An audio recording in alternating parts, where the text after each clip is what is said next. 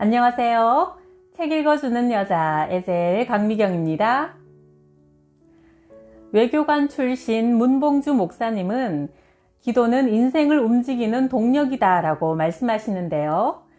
40년간 술, 담배에 쩔어 사시다가 어떻게 새벽 기도를 목숨처럼 지키는 새벽형 크리스천으로 거듭나셨는지 한번 알아볼게요.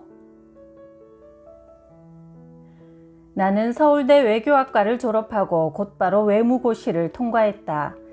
외교관이 되는 것은 쉬운 일이 아니었다. 같은 동급생 중에서도 한 해 외무고시를 패스하는 친구가 2명 정도 될까 말까 했다. 그러니 나는 세상에 나보다 잘난 사람이 없어 보일 정도로 콧대가 높아졌다. 박정희 대통령 때 의전 비서실로 파견 근무를 나갔는데 그 시절 그 권세가 대단했다. 그때 27살의 내가 대통령 심부름으로 지방에 내려가면 군수들은 소파에 앉지도 않았다. 자신들보다 한참 새파랗게 젊은 내 앞에 무릎을 꿇고 대통령의 친서나 금일봉을 받을 정도였다. 그랬으니 나는 그야말로 기고만장해서 밤에는 강남 술집들을 주름잡는 유명 인사가 되어갔다. 어머니 뱃속에서부터 교회를 다녔지만 술과 담배를 끊어야겠다는 생각을 해본 적이 없었다. 술을 끊으면 친구들이 모두 사라질 것 같았다. 게다가 외교관은 끊임없이 새로운 외국인을 만나야 하는데 술을 마시지 않는다면 그 초면의 어색함을 무엇으로 없앨 수 있단 말인가. 그러니 늘 술 문화에 푹 젖어 살 수밖에 없었다. 사람들과 세상적으로 놀아나는데 탁월함을 발휘할수록 하나님과는 점점 더 멀어져 갔다. 그렇지만 주의를 지키고 11조를 내고 잠자리에 들기 전에 기도하는 것은 그야말로 생활 습관으로 굳어져 있었다. 교회에서 집사 직분도 받았고 봉사가 필요하면 선뜻 순종했다. 당시 이런 신앙의 습관은 구원의 확신에서 비롯된 것이 아니라 그저 세계를 움직이는 하나님이 계신다는 단순한 믿음에서 비롯된 것이었다. 생각해보면 부모님이 물려주신 이런 신앙의 습관만큼 소중한 것은 없는 것 같다. 그러나 하나님은 늘 멀리 계셨고 부담스럽지만 양심상 내칠 수도 없는 어른 한 분을 모시고 사는 듯한 기분이랄까. 그러다 보니 원래 불교 신자였던 아내에게 나는 가증스런 크리스천의 상징이었다. 매주 교회는 가면서도 담배를 하루 서너 갑씩 피우고 매일 술에 취해 새벽 2, 3시에나 집에 들어왔으니 말이다. 중국에서 공사로 근무할 때 하루는 대사관에 북경의과대학 내과 과장이라는 분이 나를 찾아왔다. 사실은 제 아들을 서울대로 유학을 좀 보내려고요. 입학 날짜는 가까워 오는데 비자를 받으려고 하니 워낙 줄이 기네요.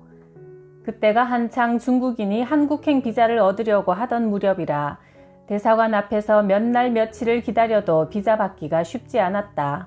나는 이분이 그날로 비자를 받을 수 있게 해드렸다.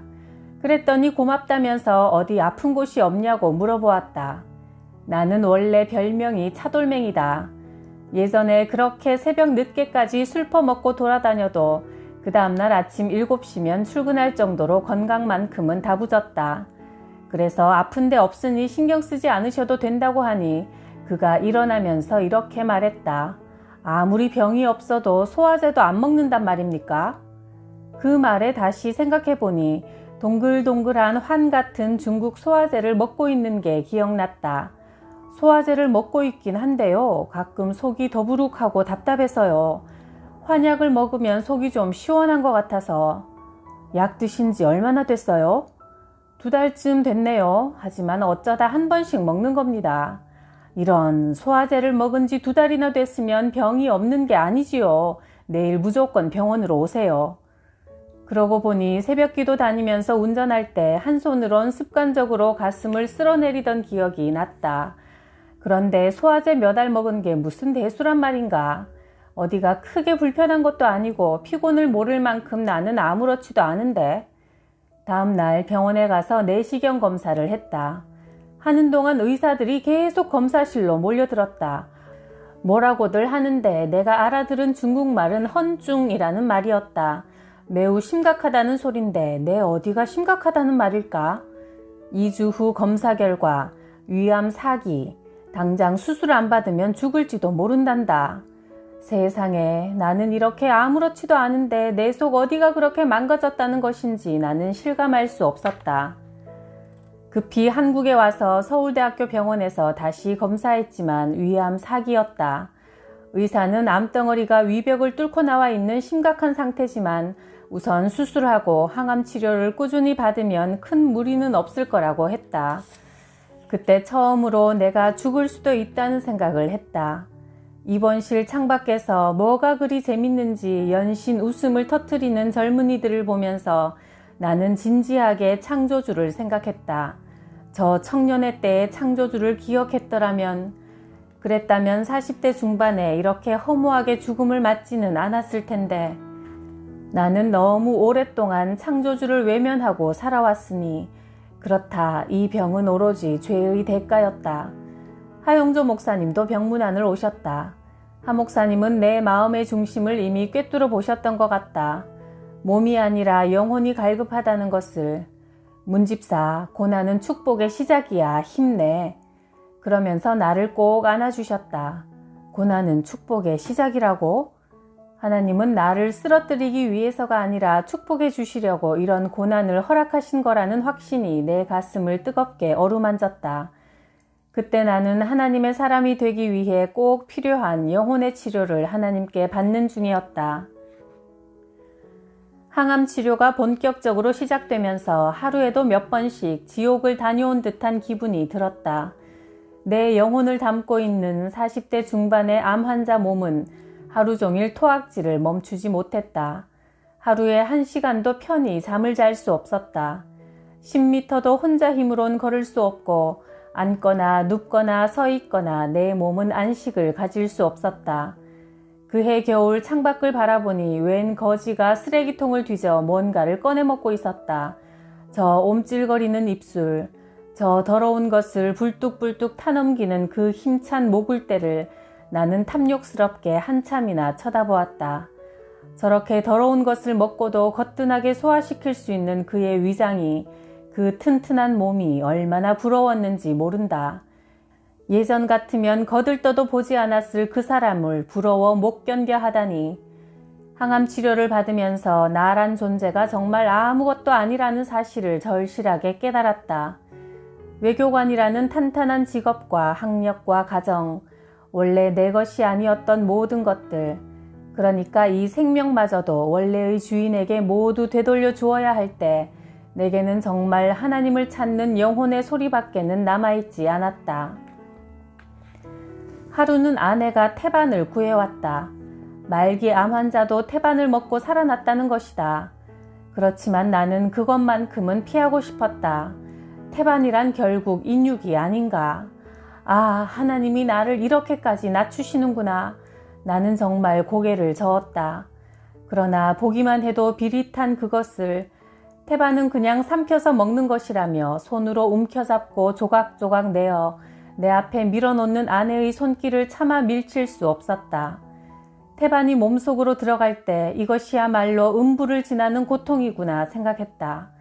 정말 이렇게까지 살아야겠는가 하는 생각이 들었다. 그 고통스러운 순간에 나는 고작해야 이런 기도를 할 수밖에 없었다. 하나님, 제가 어떻게 기도해야 할까요? 하나님, 기도도 할 수 없는데 차라리 저를 데려가 주세요. 그때 나는 알았다. 기도란 평소에 고통이 닥치기 전에 해야 하는 것임을. 평소에 기도하지 않던 사람은 갑자기 힘든 상황이 닥쳐도 기도하지 못한다는 사실을. 그렇게 민간요법과 함께 항암 치료를 받은 지 6개월이 지났을 무렵 얼굴에 황달기가 돌기 시작했다. 항암 치료를 받으면 다른 세포들도 다 죽기 때문에 백혈구가 계속 감소하고 있었던 것이다. 보통 일이 아니었다. 그러던 중 천진에 있는 장로님에게서 연락이 왔다.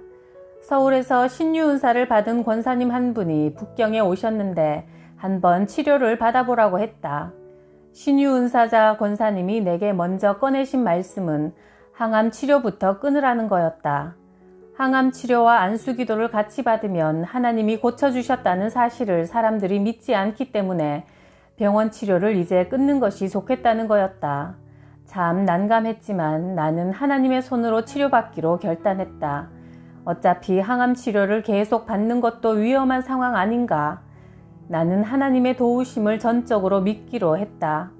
그 권사님은 일주일 동안 머무르면서 내 몸을 가볍게 치거나 어루만지며 기도하는 안찰 기도를 해주셨다. 그리고 한국으로 돌아가면서 아내에게 안찰법을 알려주셨다. 그 뒤로 6개월 동안 나는 아내에게 끊임없이 안찰 기도를 받았다.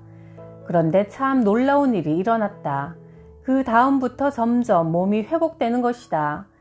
안찰을 받으면서 매주 교회에서 성경 공부를 청년부 2시간, 장년부 2시간 동안 이끌면서도 몸이 아파 쉰 적이 한 번도 없을 만큼 하나님은 건강을 회복시켜 주셨다. 또 매주 대사관 직원들과 등산을 다니기 시작했다. 그야말로 하나님 은혜로 나는 새 삶을 얻었다. 그 이후 나는 매일 적어도 1시간 기도하는 삶에 도전했다. 기도할 때는 4단계를 거치는 것이 좋다. 우선은 감사기도, 2번째는 회개기도, 3번째 중보기도, 4번째는 간구기도. 이 순서에 따라 매일 기도를 해나갔다. 친한 사람과 이야기 나누듯 주님과 1대1로 만나 대화를 하는 것. 몇십 년 동안 교회를 다니면서도 끝내 실천하지 못했던 하나님과의 대화를 진지하게 시도해 보았다. 하나님, 어제는 차관님이 저를 이렇게 서운하게 했습니다. 내가 가장 믿었던 믿음의 선배가 그렇게 이기적일 줄 몰랐어요. 하나님을 친구처럼 생각하고 기도하는 것은 좋았는데 이런 하소연만으로는 1시간을 채울 수 없었다. 그래서 중보기도를 열심히 하기로 했다. 중보기도 목록을 만들어 우리 교회와 파송한 선교사님들을 위해서 또 나라와 민족을 위해 함께 일하는 직원들과 우리 가족을 위해 기도 제목을 수첩에 적어놓고 보니 기도할 게 얼마나 많던지 그것을 보고 읽기만 해도 1시간은 가볍게 넘어갔다. 기도를 마음을 다스리는 명상증으로 이해하는 사람들이 많지만 기도와 명상은 엄연히 다르다. 명상은 그저 머릿속으로 생각하는 것이지만 기도는 하나님께 내 마음을 고백하는 것이다. 다른 종교나 철학은 사람의 생각으로 인생 문제를 해결하는 실마리를 찾아내려고 한다. 인생은 어디서 와서 어디로 가는가? 아무리 고민해봤자 흙으로 된 머리로는 도저히 알 수 없다. 쇼펜하우어는 일생 동안 이 문제를 고민했지만 결국 아무것도 알아내지 못하고 죽었다. 인간이 아무리 명상해봐야 헷갈리고 캄캄하고 답답할 뿐이다. 명상이든 참선이든 하면 할수록 인생 문제를 해결할 수 있는 유일한 길은 죽음밖에 없다는 결론에 이르고 만다. 아무런 경제 능력이 없는 사람이 무슨 재주로 10억이 넘는 빚을 갚을 수 있겠는가? 세상 지식으로는 하루하루 살아가면서 느끼는 숱한 외로움, 허무함, 두려움 같은 인생의 죄 문제를 해결할 수가 없다. 하나님의 말씀만이 죽음에 이를 수밖에 없는 우리를 변화시킬 수 있다. 기도는 바로 하나님께 인생 문제를 내어놓고 답을 얻는 귀한 순간인 것이다. 세상에서 상처받고 외롭고 돈 문제에 쪼들리는 나를 더 이상 죽음밖에는 피할 때도 도망갈 때도 없는 인생 문제를 하나님 앞에 고백하는 순간 하나님은 일을 시작하신다. 바로 태초를 창조하실 때처럼 인생이라는 사납고 거친 바다에서 붙잡아야 할 생명줄인 말씀을 내 마음에 내려주셔서 소망으로 생명으로 기쁨으로 이끌어 주신다. 이것이 바로 기도가 명상이 아닌 이유이며 기독교가 복음이요 진리인 이유다. 예수께서 말씀하셨다. 너희가 내 말에 머물러 있으면 너희는 참으로 내 제자다. 그리고 너희는 진리를 알게 될 것이며 진리가 너희를 자유롭게 할 것이다. 요한복음 8장 31, 32절 말씀. 위암을 통해 하나님을 만나고 기도의 사람으로 거듭나셨으니 고난이 축복이 되었네요. 우리 인생도 나중에 돌아보면 지금의 고난이 복이 되었구나 감사할 수 있을 거라고 믿습니다. 같이 힘내요. 구독, 좋아요, 댓글로 제게 힘을 주셔서 감사합니다.